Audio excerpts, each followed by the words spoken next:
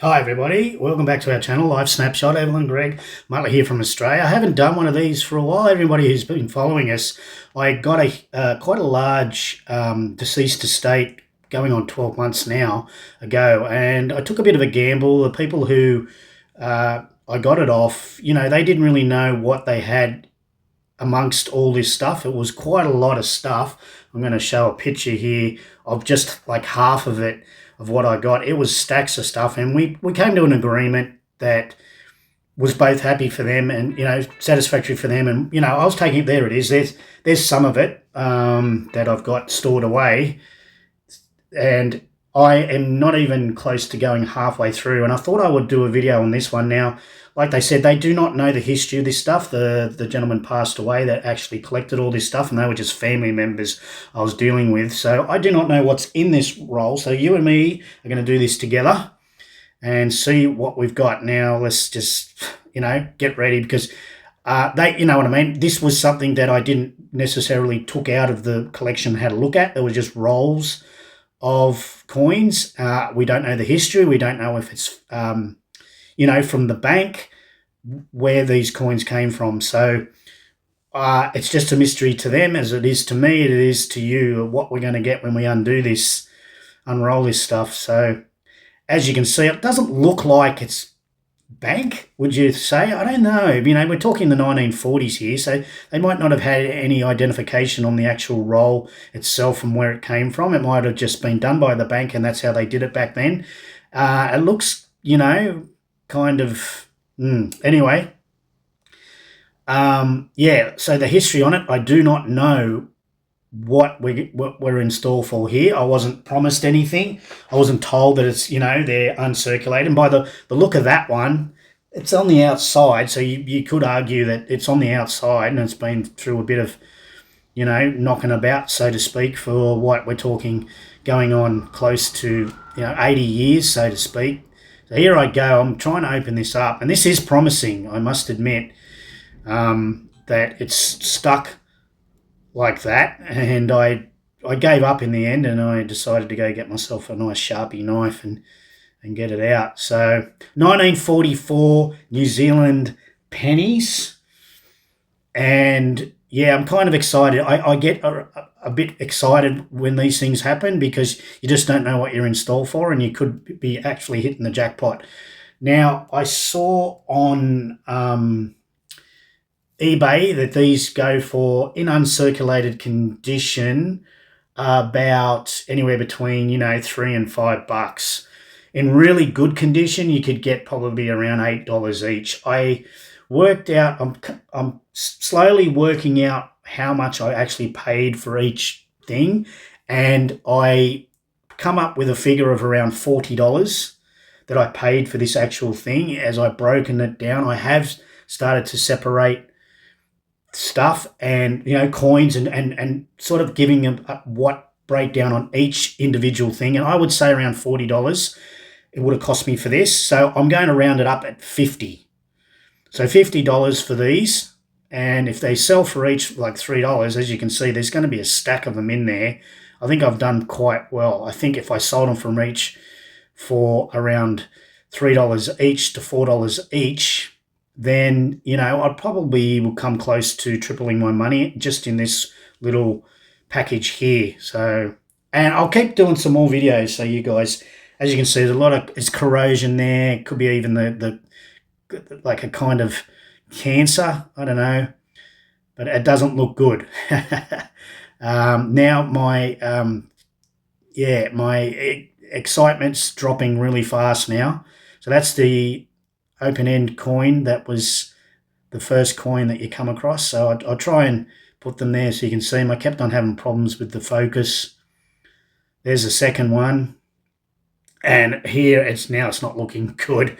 Okay, I'll be admitting it right here and now. There's nothing going to be spectacular about these coins. That one is really poor condition. You would comfortably say you'd be lucky to get $1 for that, and it'd be a kind of a die-hard collector that would want that coin. So the first two are pretty much a bust, I would say. Getting even $2 or $3 for them, I'd have to put them down for $1. This next one, and as I'm going here, I'm starting to realise that maybe they were just rolled up as someone amateurly rolled them up and put them in a stack because they just wanted to keep them for later on down the track, maybe for the grandkids or something like that. Whoops, and I stuffed up the camera. There's my ugly face. Just forget you saw that. So yeah, it's not looking that promising. But look, let's. I don't want to discourage people. You've got to get amongst it and take some risks when it comes to coin collecting, especially like this. You never know, you might hit the jackpot. But as you can see, I didn't. But don't be discouraged because, like I said, I reckon it's about $50 here. I've overpriced each thing. I spent almost $10,000 in the initial purchase. And like I said, I told them it's a bit of a risk, but for them to try and part all these out and sell them individually was just going to be a massive headache for them. And I enjoy this collecting side of it as well. It's not like I need these for investment. I do this for investment. I just enjoy coin collecting. And if I make a couple of bucks, then great. So, the agreement, I think I'm very happy so far. Check out our other videos if you want of some of the stuff that I've got. And it consists of these pennies, Australian currency, gold, silver, all sorts of stuff from around the world. Pretty much every country. This guy had an extensive collection. So I feel that in the long run, over the next course of say even a decade, I should be able to double my money. $10,000 investment. I should be able to comfortably get 20 grand out of it. Now, and like I said, I don't want people to just be discouraged about this. You collect coins because you enjoy the hobby. It's a passion. But once you get hooked, and once you start and you find a couple of really good doozies and really rare coins, I even started just by metal detecting.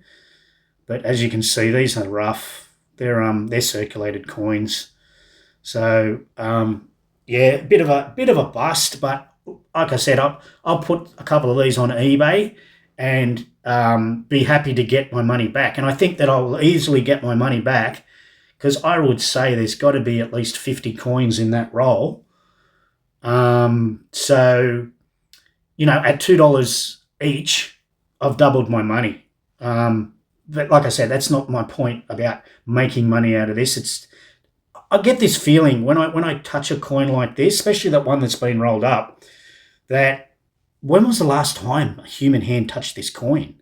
Was it in 1940, 44, 45, 46, And how many people touched it? And the journey these coins have had, I'm in Australia and they're from New Zealand.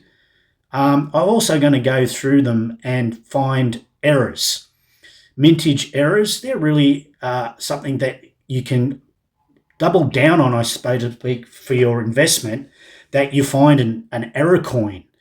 And it's quite easy to go online and find out the history of these coins and see where they do come up as error coins. You get ghosting coins where the other side of the coin is showing through to the other side. So the king's head there will be showing through this side of the coin. You can get coins that have got dots on them, and they were minted in certain areas of New Zealand and the country that you're looking for, of course. So there's a lot you can go into with these coins. Even though they're circulated, it still doesn't lose that fun factor and the enjoyment when it comes to collecting these coins. So don't be discouraged if something like this happens.